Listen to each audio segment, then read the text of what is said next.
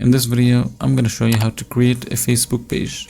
First, go to this section here at the top right, click here, and then click see more. This would be like this, and then you will have to click see more, and then scroll all the way down and click pages.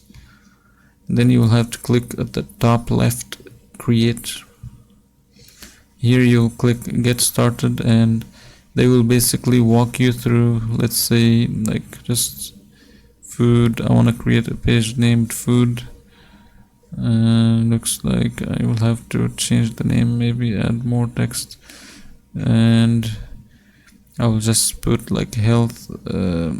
I will put like, for example, grocery store, create, and as you see, it's gonna load for a few minutes and few seconds here, and it's gonna create my page. There you go. So I can just click promote your create content and connect with fans, and this is my Facebook page. I'll just click next, and done, and that's it. It will just load a little bit, and you will basically find your Facebook page. So if you enjoyed this video, please don't forget to leave a like and subscribe.